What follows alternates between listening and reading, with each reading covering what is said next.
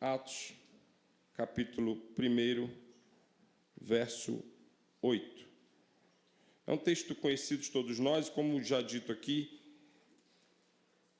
a maior parte dos teólogos entende que é o verso central do livro de Atos.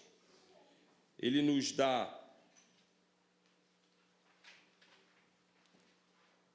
esse verso nos dá a força, ou nos mostra qual é a força dessa igreja, qual é a identidade dessa igreja e qual é a trajetória dessa igreja. Então nós veremos hoje, finalizando a série em Atos, qual é a força, qual é a identidade e qual é a trajetória dessa igreja. Vamos ler juntos Atos, capítulo 1, verso 8. Peço que você acompanhe, eu vou ler, você acompanhe comigo, está projetado aqui na tela ou na sua Bíblia. Mas recebereis poder ao descer sobre vós o Espírito Santo, e sereis minhas testemunhas, tanto em Jerusalém, como em toda a Judéia e Samaria, e até aos confins da terra. Eu vou ler novamente. Mas recebereis poder ao descer sobre vós o Espírito Santo, e sereis minhas testemunhas, tanto em Jerusalém, como em toda a Judéia e Samaria, e até aos confins da terra. Vamos orar e clamar ao Santo Espírito de Deus que nos instrua nesse momento, nos conduza, para que ouçamos a sua voz e, de fato, saiamos daqui edificados por aquilo que Ele tem a falar a todos nós. Senhor, nós colocamos nossas vidas diante de Ti, Deus. Com temor e tremor estamos diante da Tua palavra. Ela é a Sua santa lei. Ela é a Sua santa instrução. Ela que pode nos vivificar, nos tirar da morte para a vida, nos despertar. Por isso, Pai, nós clamamos para que todos esses efeitos que a Tua palavra proporciona possam ser exercidos aqui em meio à Tua igreja. Deus, esse é o Teu povo, Deus. Nós somos o Teu povo. Apesar das nossas falhas e faltas, apesar de tantas vezes pecarmos, quebrarmos a Tua aliança, o Senhor jamais quebra a sua parte. O Senhor mantém essa aliança de forma incondicional e tem cuidado de nós, nos levado cada vez mais à imagem de Cristo, nos melhorado, nos santificado por meio da Tua palavra, Deus. Por isso clamamos mais uma vez que fale aos nossos corações e que saímos daqui essa manhã edificados pela Tua palavra, Deus. Confrontados, incentivados, impulsionados a nos colocarmos na trilha de Atos e a continuarmos aquilo que essa igreja começou e o que o Senhor espera que continuemos, Pai. Fale aos nossos corações poderosamente, Deus, que não seja eu, mas o Teu Santo Espírito a falar a todos nós. É o que te pedimos humildemente em nome de Jesus. Amém. Irmãos, a grande verdade é que isso é até clichê em nosso meio. Quem está escrevendo o capítulo 29 de Atos? Atos termina no capítulo 28, como nós vimos na semana passada o reverendo João aqui pregando, e termina de uma forma um tanto quanto abrupta. É interessante porque Paulo, e nós vemos ali os últimos capítulos de Paulo, onde ele é preso em Jerusalém, onde ele apela a César como cidadão romano, depois ele é interpelado ali pelo o rei ali, de Judá, daquela região. Nós sabemos que é um rei que presta contas ao Império Romano, está subjugado pelo Império Romano, então também tem o governador do Império Romano, da região, da Judéia, e eles então não encontram nada em Paulo, embora Paulo tenha solicitado para ser julgado em Roma. Deus utiliza disso tudo. Ele é colocado em um navio, esse navio sofre pega uma grande tempestade, há um naufrágio, e Paulo chega em Roma nessas circunstâncias, preso. Essa ainda não é a prisão, irmãos, que leva Paulo à morte. Nós precisamos lembrar que essa primeira prisão de Paulo em Roma é aquela prisão domiciliar, onde ele prega para a guarda pretoriana, e além disso ele escreve algumas cartas muito importantes do Novo Testamento. Filipenses, Colossenses, Filemão e Efésios. O Senhor, de forma providencial, conduz Paulo a Roma e tem um propósito específico. Mas é estranho terminar o livro de Atos dessa forma, com Paulo ali preso, sem muitas informações sobre essa prisão, sem muitas informações da história a seguir. Entretanto, irmãos, o que nós entendemos é que assim foi feito para que nós entendêssemos como igreja que essa história ainda precisa ser continuada.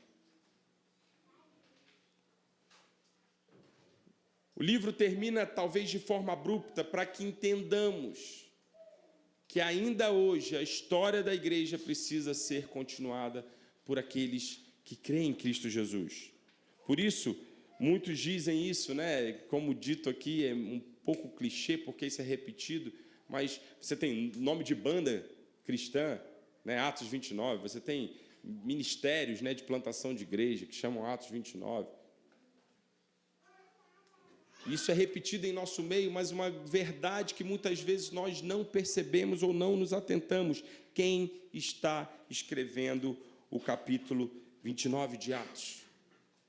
Irmãos, a grande verdade é que nós fomos convocados, nós somos esses que precisam dar continuidade à obra missionária que aquela igreja iniciou. E o livro de Atos, irmãos, é o segundo volume de uma obra única iniciada no Evangelho de Lucas. E é isso que nós precisamos entender para pegarmos o fio aqui condutor desse livro e entendermos claramente.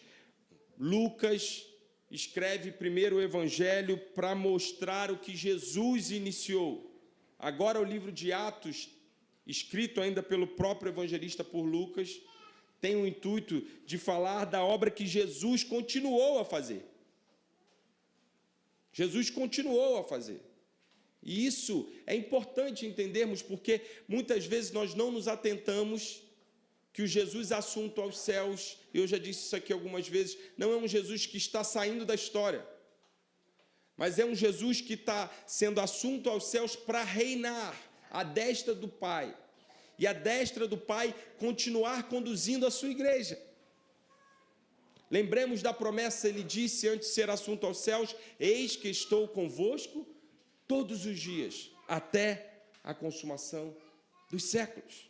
Jesus está presente e hoje presente por meio do Santo Espírito. Portanto, se os evangelhos mostram a obra que Jesus iniciou, o livro de Atos nos mostra a obra que Jesus continuou a fazer, mas agora mediante seu Santo Espírito, na vida dessa comunidade que é chamada igreja.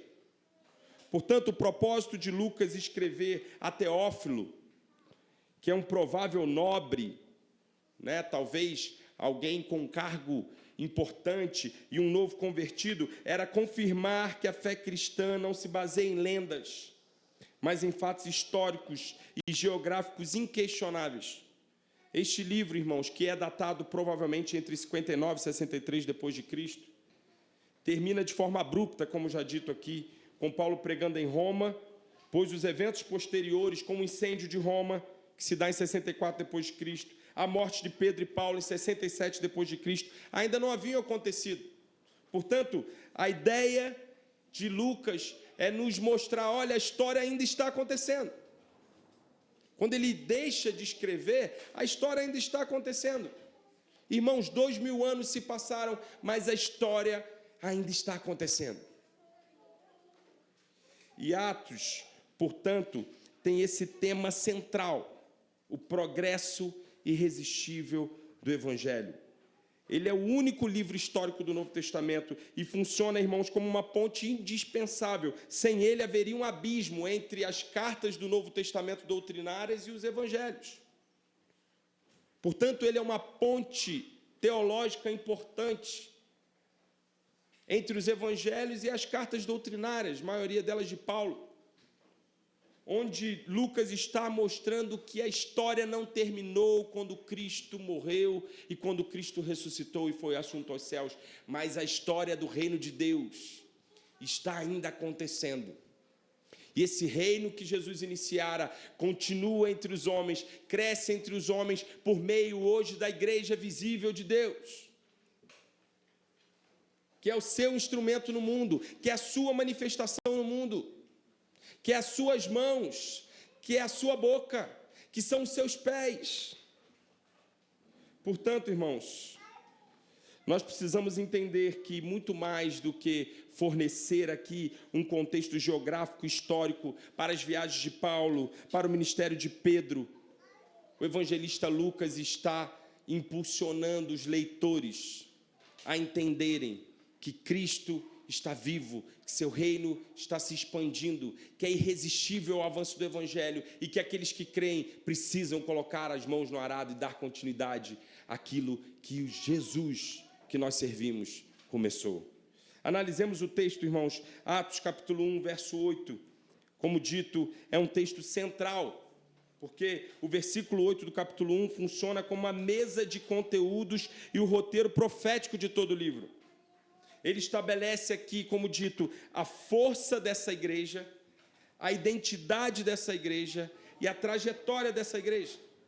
Leiamos novamente o verso 8. Mas recebereis poder ao descer sobre vós o Espírito Santo. Esse é o poder, a força dessa igreja. E vós sereis o que? Minhas testemunhas. Aqui está a nossa identidade. E aonde nós seremos testemunhas? Em Jerusalém, na Samaria, na Judéia, até os confins da terra. Aqui está a nossa trajetória. Portanto, irmãos, concluindo essa série de atos, nós queremos entender hoje sobre o poder que está sobre nós, a força que move essa igreja, a identidade dessa igreja, o que é ser igreja, e a trajetória dessa igreja, que é testemunha não somente em Jerusalém, mas Samaria, na Judéia e até os confins da terra. Vamos analisar essa primeira parte do verso 8, mas recebereis poder ao descer sobre vós o Espírito Santo. Irmãos, Jesus havia ordenado aos discípulos que eles esperassem o revestimento de poder. Poder aqui no grego é dunamis. É o mesmo termo que, por exemplo, há variações e nos traz a palavra conhecida como dinamite, né? É poder, é um grande poder. Eu sei que talvez hoje a gente enxergue, né, historicamente, a gente observe historicamente, a gente vai dizer assim, poxa, mas dinamite nem é tão poderosa assim, porque hoje, com urânio, né, as bombas atômicas são muito mais poderosas. Mas pense naquele contexto onde a dinamite tinha um grande poder. Era algo que podia destruir, que podia certamente impactar. Dunamis tem essa ideia de um poder que impacta, de um poder que de alguma forma é irresistível, de um poder que os homens não podem conter.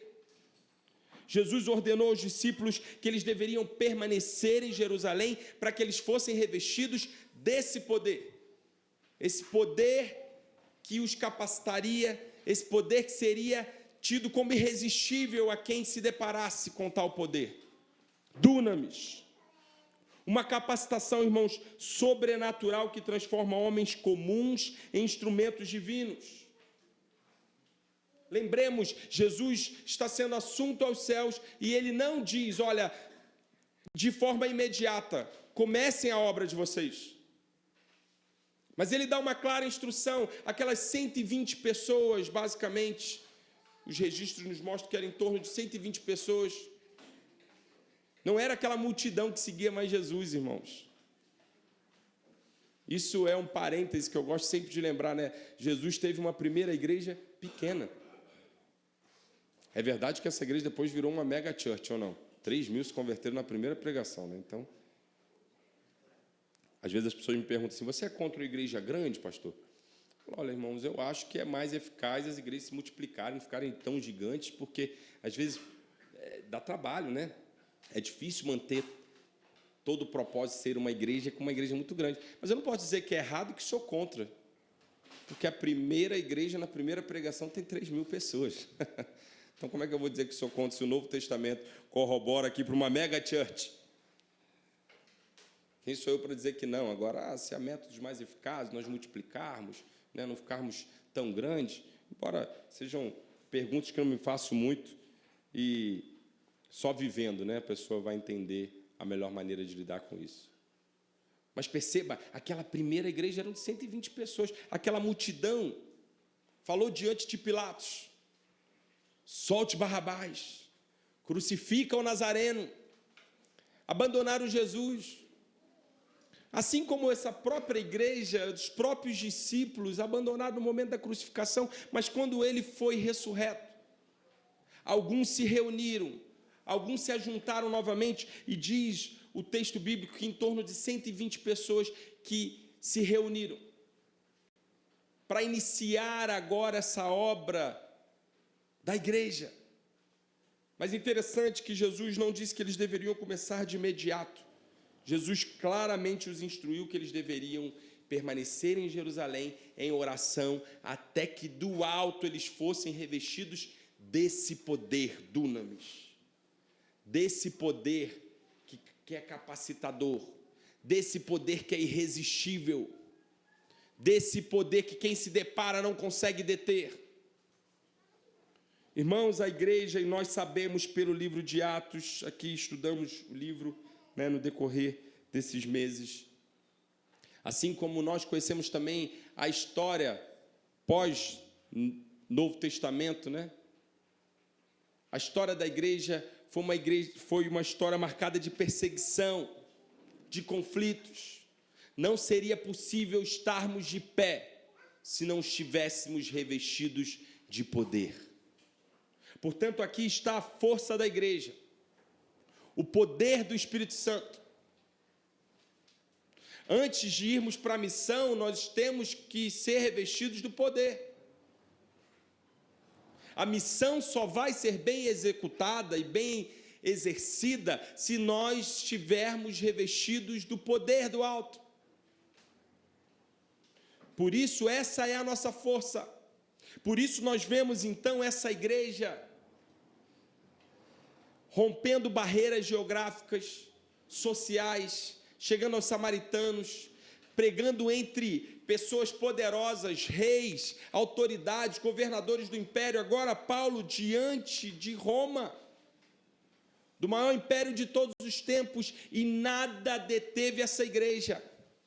Por isso ninguém parou essa igreja, nem os Césares.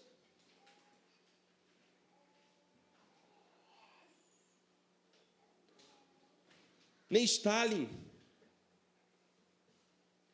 Nenhum dos homens poderosos que tentaram parar a igreja, ninguém conseguiu parar e deter, porque do alto ela foi revestida de poder. Como destaca MacArthur, irmãos, o Espírito Santo, ele é o agente que garante que a igreja seja um organismo vivo e não apenas uma organização social. Note isso. Se nós não tivéssemos o Espírito Santo entre nós, nós seríamos apenas um organismo social. Apenas mais uma célula da sociedade. Apenas mais um grupo que segue ideias, né, comuns. Mas o que nos distingue é o fato do próprio Deus habitar em nosso meio. O Espírito Santo de Deus estar em nosso meio. E este é o poder e o selo da nova aliança, que capacita o povo de Deus para uma obediência fiel, que a lei por si não podia gerar.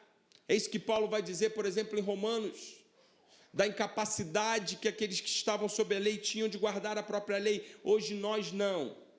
Somos capacitados a guardar a lei, a viver a lei, a testemunhar a santa lei de Deus, a testemunhar os seus feitos. Este derramamento, irmãos, prometido por Joel, marca o início de uma nova era, onde a presença de Deus habita no meio do seu povo. Isso nos revela o segredo de todo o êxito no decorrer do livro. O evangelho que impactou Jerusalém, alcançou samaritanos, oficiais romanos, terras gentílicas, que foi ouvido por reis, por autoridades, chegando a lugares mais antagônicos como Atenas e poderosos como Roma. Isso não foi mérito de Paulo ou de Pedro, mas a ação do poder do Espírito Santo de Deus. Por isso, se nós queremos terminar uma série em Atos, e diante de tanta intrepidez vista na vida de Pedro, de Paulo, dos demais apóstolos, dessa igreja comum, fazendo o reino de Deus se espalhar por aquele mundo antigo.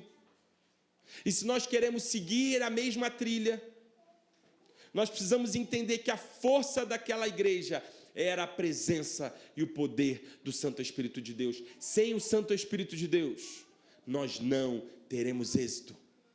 Ainda hoje, irmãos, 20 séculos depois, 21 séculos depois, ainda hoje, nós sofremos perseguição. Há uma igreja perseguida no Oriente Médio, mas há uma igreja perseguida ideologicamente no Brasil. Ainda hoje as pessoas estranham os nossos conceitos, os nossos princípios, a nossa maneira de viver. Ainda hoje a luz incomoda a escuridão. Ainda hoje há cenários antagônicos, ainda hoje há enfrentamento, ainda hoje há conflitos, ainda hoje há riscos.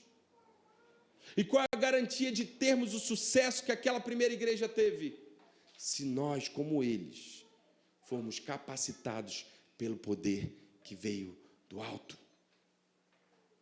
Jesus não estava iniciando uma obra social, mas Jesus estava iniciando uma obra divina. Por isso ele disse: permaneçam em Jerusalém, até que do alto vocês sejam capacitados desse poder, esse poder que é irresistível, esse poder que é imparável, esse poder que vai levar vocês ao êxito. Aqui está a força da igreja. O texto continua e nos diz que nós seríamos então testemunhas. Não só aquela primeira igreja, mas nós também temos que ouvir isso. E sereis minhas testemunhas. E como dito, se o Espírito Santo é o poder, aqui nos fala sobre a nossa identidade. E o que é ser testemunha, irmãos? O que é ser testemunha? Pense num contexto jurídico. A testemunha, ela conta sobre os fatos que estão sendo discutidos.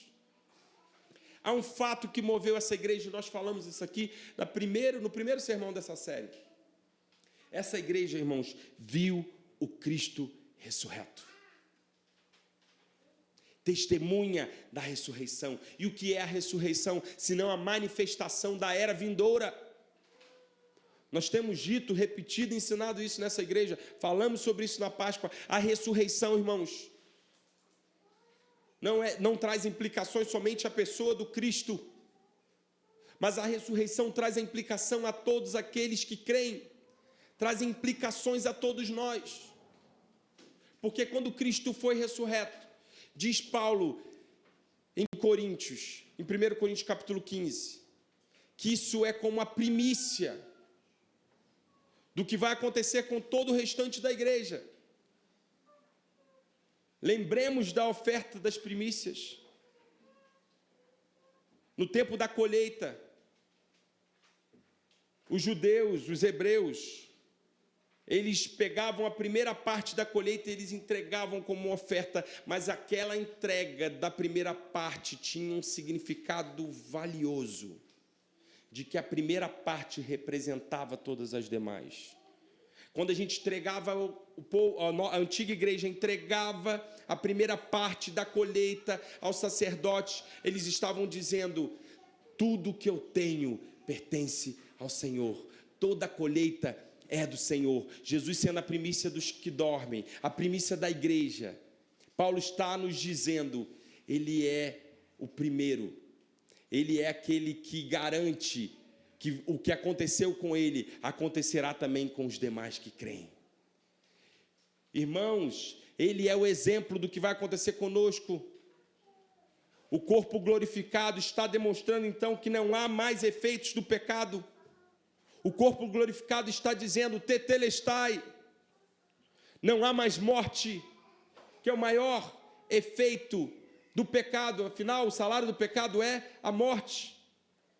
Naquela aliança condicional no Éden, quebrada por Adão e por Eva, entrou a morte na humanidade como um resultado de sua desobediência. Portanto, esse é o maior inimigo de todos nós.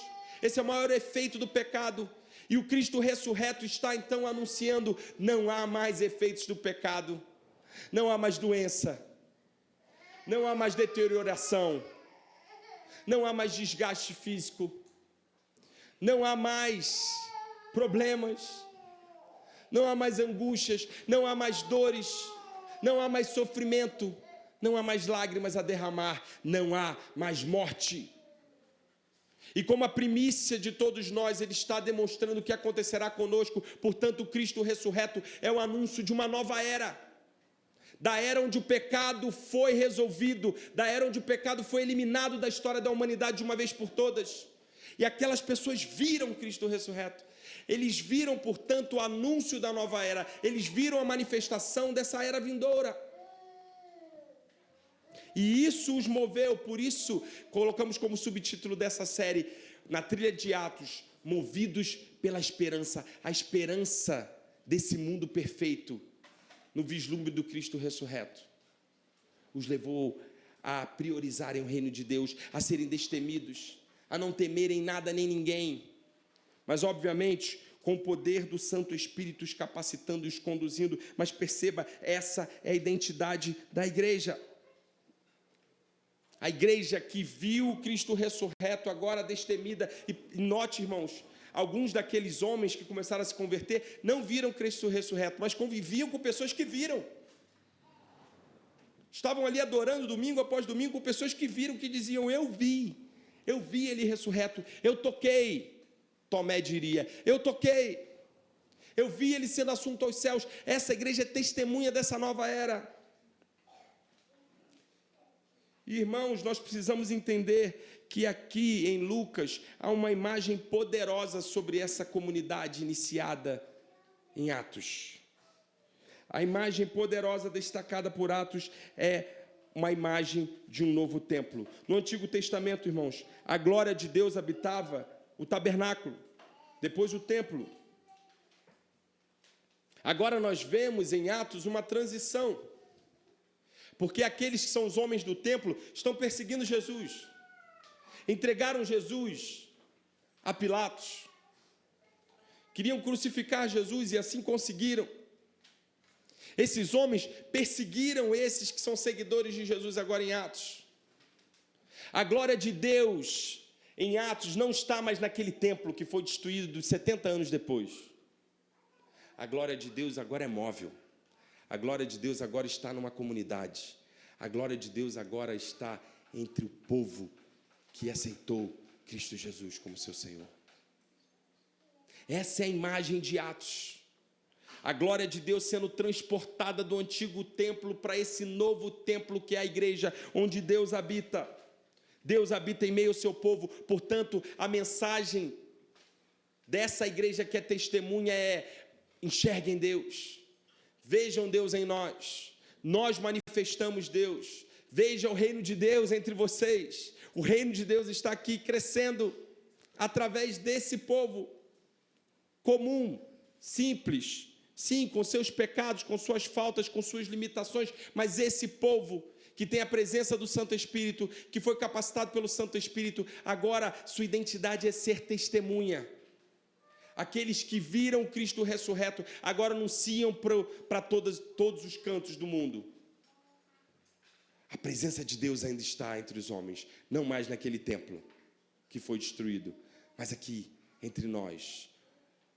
Nós que já participamos e manifestamos esse reino. Nós somos a manifestação de Deus na terra, irmãos. Matthew Henry, comentando esse trecho, ele observa que o testemunho cristão é fundamentado em provas incontestáveis da ressurreição. E os apóstolos foram preparados durante 40 dias para essa missão. Por 40 dias eles estavam sendo preparados para essa missão. E agora, capacitados pelo Santo Espírito, eles entendem que essa é a identidade deles, testemunha. Ser testemunha da ressurreição, ser testemunha desse mundo vindouro que eles vislumbraram. E anunciar através da sua vida e da sua pregação. Ser esse novo templo entre os homens, onde a glória de Deus se manifesta, onde a presença de Deus se manifesta. Irmãos, mas a grande verdade é que 2000 e tantos anos depois, às vezes eu me pergunto, será que a igreja hoje entende que essa é a sua principal identidade? ser testemunha do Cristo ressurreto, ser o anúncio do mundo vindouro, ser a manifestação do próprio Deus como um novo templo entre os homens. Será que nós nos lembramos que isso é a nossa identidade, que essa é a nossa identidade, que isso nos identifica? Porque eu vejo uma igreja hoje muito mais preocupada em se posicionar, às vezes, com uma pauta política. Eu vejo uma igreja muito mais preocupada com os bens materiais. Uma igreja muito mais preocupada em ter, em acumular, diferente do que Jesus falou. Uma igreja muito mais preocupada, ou tomando para si tantas outras identidades, mas esquecendo a sua identidade primordial. Vocês são as minhas testemunhas. E por fim, irmãos, o texto nos mostra então qual é a nossa trajetória. Se entendemos qual é o poder que pode nos dar o êxito, que é o Espírito Santo. Se entendemos que a nossa identidade é sermos testemunhas, aonde seremos testemunhas? Em que lugares? Por onde? E diz o texto claramente, tanto em Jerusalém, como em toda a Judéia e Samaria, até os confins da terra. Este é o mapa geográfico da missão que estrutura o livro de Atos. E note, de fato se deu assim. Do capítulo 1 a capítulo 7, nós vemos o início da pregação, onde aquele núcleo de 120 pessoas explode para milhares de convertidos em Jerusalém. Eles permanecem em Jerusalém. Talvez até mais tempo que deveriam. Mas diz o texto bíblico que a perseguição que se inicia após a morte de Estevão, um diácono que pregou o evangelho, é morto aos pés de Paulo. Agora inicia uma perseguição e aquela igreja começa a se espalhar.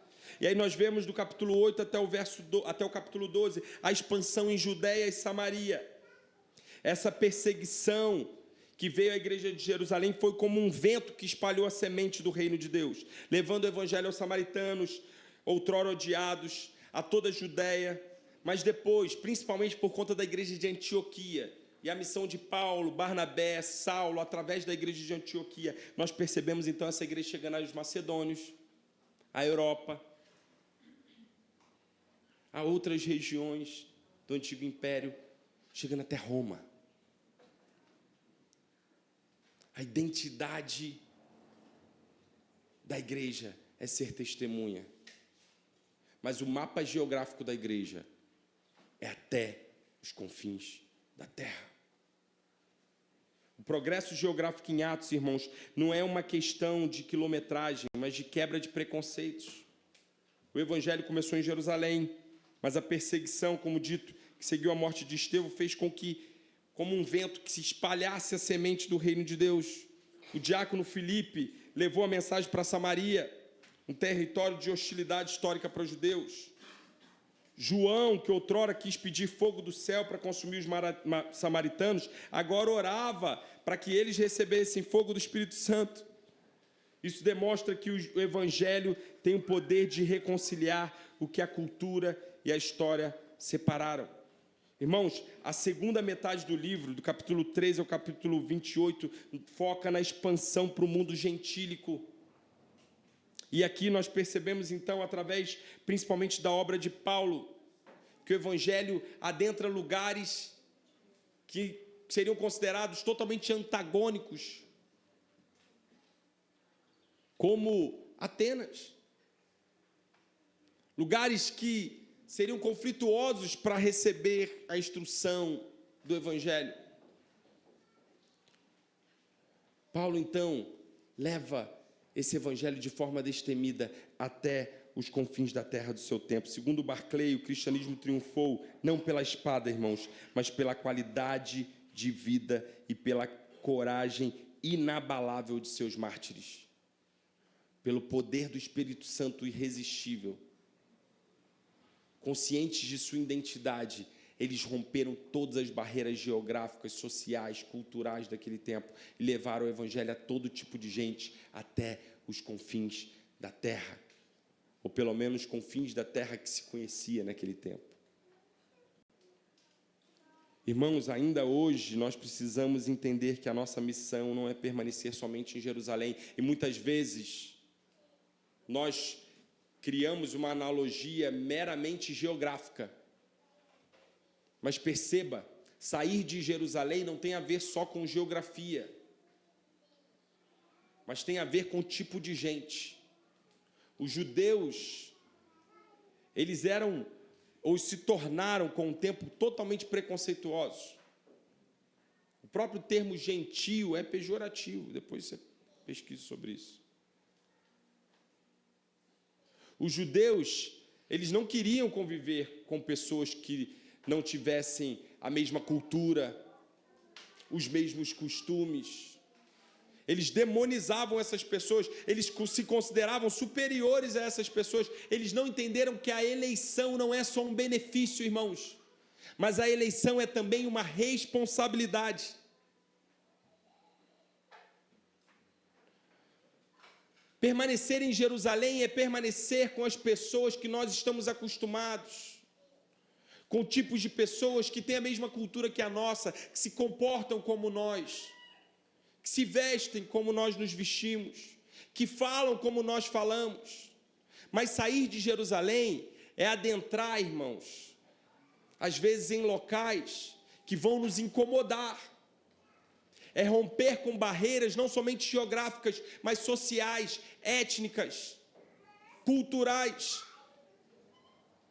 Se o livro de Atos nos mostra uma coisa, é que nessa igreja houve diversidade.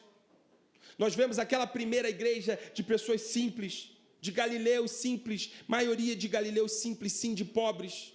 Agora, alcançando militares, oficiais romanos, a classe média do seu tempo. Na Macedônia, uma mulher como Lídia, rica. Barnabé, um homem de posses.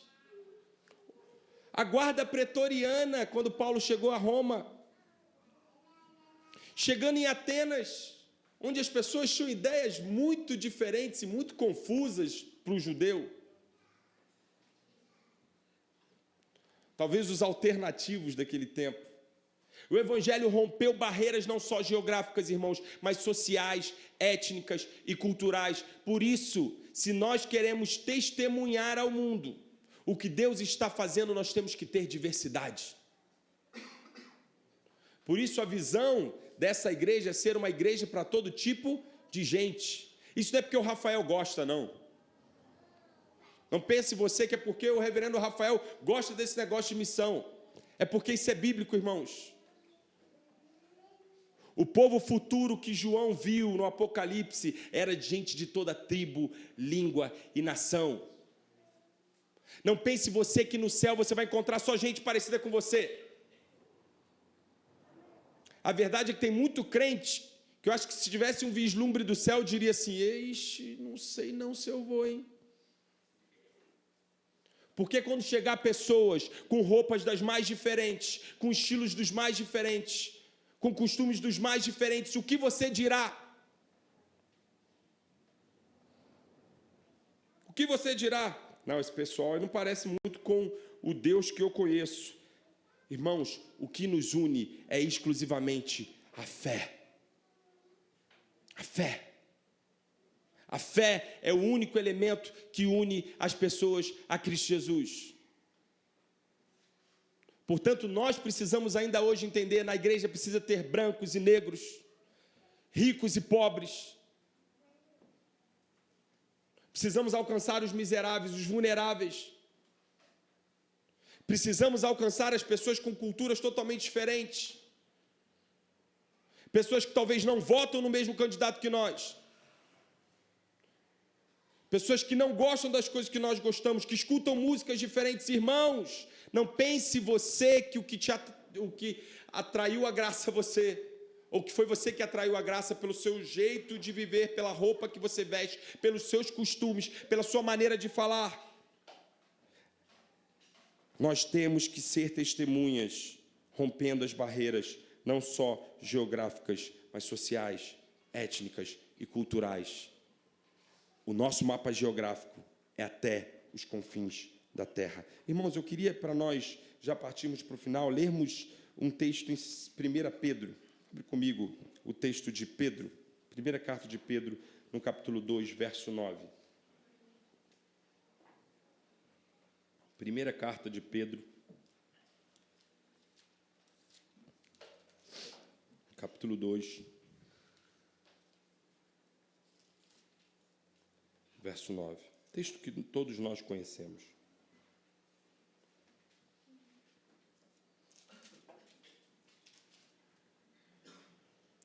O texto nos diz assim: vós, porém, sois raça eleita, sacerdócio real, nação santa, povo de propriedade exclusiva de Deus.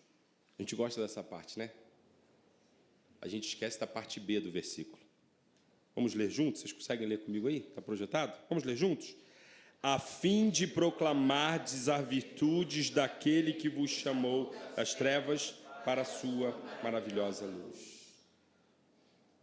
Note, Pedro aqui está citando um texto do Antigo Testamento. Um texto que era dito para os judeus. Mas ele está agora explicando que a eleição não é somente um benefício, mas também uma responsabilidade. Nós somos, de fato, irmãos, hoje, aqueles que creem, porque o que uniu os homens a Deus nunca foi a lei, foi a fé. A lei é a maneira do povo da fé viver. Não estou dizendo que não tem a lei sobre nós, tem lei, tem princípios, tem preceitos. Mas o que nos une é a fé. Isso é claro em todo o Testamento, o Antigo e o Novo. O Novo lança luz ao Antigo e nos mostra isso de forma mais clara, não é?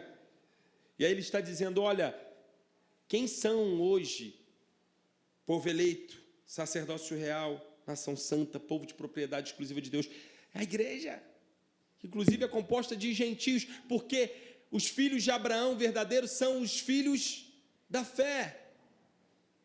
Paulo vai persuadir sobre isso em Romanos, claramente nos dizendo, Abraão creu em Deus e isso lhe foi imputado como justiça. Não havia circuncisão, não havia lei. Gênesis 12 já nos mostra que foi imputado justiça em Abraão por conta da fé. Portanto, hoje os filhos de Abraão são os que creem. Nós somos então, e podemos dizer, raça eleita, sacerdócio real, nação santa, povo de propriedade exclusiva de Deus. Mas perceba, Pedro aqui ensina que nós fomos constituídos como esse sacerdócio real, essa nação santa, e nós precisamos entender, irmãos, o que significa sacerdócio. O sacerdote era aquele que representava os homens diante de Deus e levava o sacrifício, mas depois ele voltava com a bênção e representava Deus perante os homens. Fazia essa ponte. Nós sabemos que o verdadeiro sumo sacerdote é Cristo Jesus, mas hoje nós fomos constituídos por meio de Cristo Jesus como sacerdotes nesse mundo, que mediam a relação daqueles que não conhecem Deus, que representam Deus para aqueles que não o conhecem. Irmãos, está claro aqui que a nossa eleição, o nosso sacerdócio, a nossa constituição como uma nação, como um povo que é exclusivo de Deus, nós fomos constituídos dessa forma a fim de, com uma finalidade, com um propósito, proclamarmos as maravilhas, as virtudes daquele que nos chamou das trevas para a sua maravilhosa luz. Irmãos, do reino das trevas para a luz, a expansão descrita em Atos é essencialmente a transferência de pessoas do domínio das trevas para a maravilhosa luz de Cristo. Essa igreja de Atos é uma igreja que entendeu claramente isso que Pedro está nos alertando aqui na sua carta, no capítulo 2, verso 9, que acabamos de ler. A nossa constituição como povo tem a identidade clara, a finalidade clara de proclamação. Portanto, nós podemos afirmar que se nós não proclamarmos as virtudes daquele que nos chamou das trevas para a sua maravilhosa luz, logo nós não estamos cumprindo com a finalidade de ter sido eleitos. Eu vou repetir, se nós não proclamarmos as virtudes daquele que nos chamou das trevas para a sua maravilhosa luz, nós não estamos cumprindo com a finalidade de termos sido eleitos. Há benefícios na eleição, mas há responsabilidades, irmãos. E é diante disso, ou perante isso, que nós terminamos a série em Atos, com essa pergunta: e nós? Aquela igreja entendeu qual era o seu poder, entendeu por que o poder estava neles, entendeu qual era a sua identidade, entendeu aonde ela deveria manifestar essa identidade até os confins da terra. Mas e nós? O capítulo 28 termina de forma abrupta para que o capítulo 29 ainda seja escrito pela igreja vigente.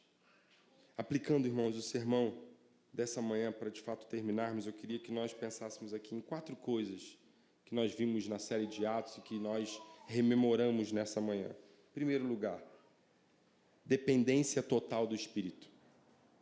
Não podemos viver o capítulo 29 com forças humanas. Assim como os primeiros discípulos, nós precisamos do poder do Espírito para sermos testemunhas eficazes. A oração deve ser nosso motor, unindo luz na cabeça e fogo no coração, como diziam Jonathan Edwards, e os puritanos. Irmãos, nós temos uma missão a continuar, mas se nós queremos ter o êxito de Pedro, de Paulo, dessa igreja, que o próprio texto de Atos diz que em alguns lugares que eles chegaram, as pessoas diziam que aqueles que têm transtornado o mundo chegaram até aqui. Homens que viraram o mundo de cabeça para cima. Homens que mexeram com as estruturas de seu tempo. Se nós queremos ter o êxito desses homens, nós precisamos contar ainda com a dependência total do Espírito Santo. A missão não pode ser exercida na força humana. E quantas vezes nós temos fracassado porque esquecemos ou paramos de depender do Santo Espírito. Estamos dependendo muito mais das nossas estratégias, da nossa inteligência, do nosso conhecimento, da nossa sabedoria. Mas Deus não está mais entre nós nos movendo. O que o texto de Atos nos ensina e rememoramos com Atos 1:8 é que aquela igreja dependeu totalmente do Santo Espírito. Em segundo lugar, irmãos, há um aprendizado claro com essa série também, o chamado à testemunha ativa. Nossa eleição em Cristo nos chama para fora de nós mesmos. A piedade cristã não é uma reclusão moralista. Perceba isso, a piedade cristã não é uma reclusão moralista. Não fomos chamados para os monastérios. Não fomos chamados somente para os montes. Lembremos de Jesus no Monte da Transfiguração, a manifestação de Deus para ele, para Pedro, para Tiago, para João. E aí Pedro chega e fala: Jesus, está bom demais aqui. Vamos fazer uma tenda para cada um de vocês e a gente fica aqui e não sai daqui. E Jesus diz: não, tem que descer o monte. E quando eles descem, tem um jovem lunático lá embaixo. Logo em seguida vem o texto que diz que se nós tivermos fé do tamanho de um grão de mostarda, nós diremos à montanha: erga-te ao mar, e nós moveremos a montanha. Alguns teólogos interpretam que Jesus está olhando para o Monte da Transfiguração e está dizendo assim, se nós tivermos fé, nós vamos transportar aquela realidade da presença de Deus aqui no meio dos lunáticos. Nós temos uma missão ativa. Nós somos as testemunhas. Aqueles que anunciam a ressurreição, que tiveram um vislumbre da ressurreição e que agora anunciam o mundo vindouro, que são o novo templo que manifesta a presença de Deus entre os homens. Quantas vezes oramos: Deus, o Senhor podia fazer alguma coisa por aquelas pessoas. Mas eu tenho dito isso assim, várias vezes, para quem caminha comigo já há algum tempo. Nós poderíamos ser a resposta das nossas próprias orações muitas vezes. Senhor, alcança o perdido. Senhor, vai lá no morador de rua. Senhor, vai lá no hospital. Mas como Deus vai se você quer a mão de Deus na terra? Como Deus vai se você quer a boca de Deus? Fica recluso em um círculo moralista apenas. A eleição, irmãos, nos impulsiona a uma testemunha ativa. Terceiro lugar, o ingresso a esse reino é somente o ingresso a esse reino é a fé somente, e não os nossos padrões. Nós vemos aqui pobres galileus, oficiais do império, militares, ricos, judeus, gentios, todos unidos por um único elemento, a fé em Cristo. Não podemos nos limitar aos nossos padrões, mas precisamos entender que o Evangelho precisa romper as barreiras geográficas, étnicas, sociais, culturais. Tem todo tipo de gente esperando somente nós anunciarmos para crer.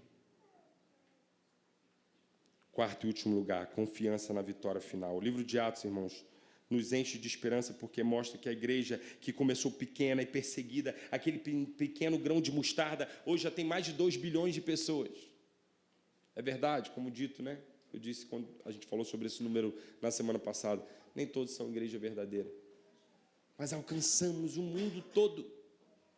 Mas ainda há pessoas que não ouviram. Ainda há lugares para serem alcançados. Ainda há muito o que fazer. Ainda há muitas barreiras para romper. E nós precisamos entender que se nós caminharmos com a mesma força, que é o Espírito de Deus, que é o poder do Santo Espírito de Deus, nós teremos o mesmo êxito. Dunamis é um poder irresistível. Quem diria, quando Jesus começou a obra com aqueles 12 homens, que nada nem ninguém iria parar o avanço do reino, e hoje o cristianismo se espalharia para o mundo todo? Quem diria que com aqueles homens galileus simples, Jesus transformaria o mundo? Quem diria? Mas o grande segredo não está em Pedro e na sua intrepidez, ou em Paulo e o seu conhecimento e sabedoria, mas no dunamis, no poder irresistível do Santo Espírito na vida da igreja. Portanto, irmãos, eu quero terminar, sobretudo, essa série com esse entendimento. Nós podemos confiar numa vitória final. O poder do Santo Espírito está sobre a igreja. E nada, nem ninguém vai parar e deter a obra de Deus. A pergunta que nos fica é: quem vai se expor a Deus? Quem vai ser cheio do Santo Espírito e cumprir com a sua identidade de testemunha, cheio de intrepidez, cheio de ousadia, dando continuidade àquilo que esses irmãos começaram? O capítulo 29 está aí, sendo escrito. Você e eu decidimos se fazemos parte ou não. Mas eu só quero te alertar de uma coisa: se você não faz parte, saiba, você está deixando de lado a sua identidade. Nós somos raça eleita, sacerdócio real, nação santa, povo de propriedade exclusiva de Deus, a fim de proclamardes as virtudes daquele que nos chamou das trevas para a sua maravilhosa luz. Se nós não fizermos isso, estaremos errando como os judeus, os hebreus erraram. Que o Senhor Jesus nos abençoe, nos levante, irmãos, e nos impulsione para que nós possamos seguir a trilha de Atos. Coloquemos a mão no arado e não olhemos para trás. Que o Senhor Jesus nos abençoe. Vamos ficar de pé para nós orarmos?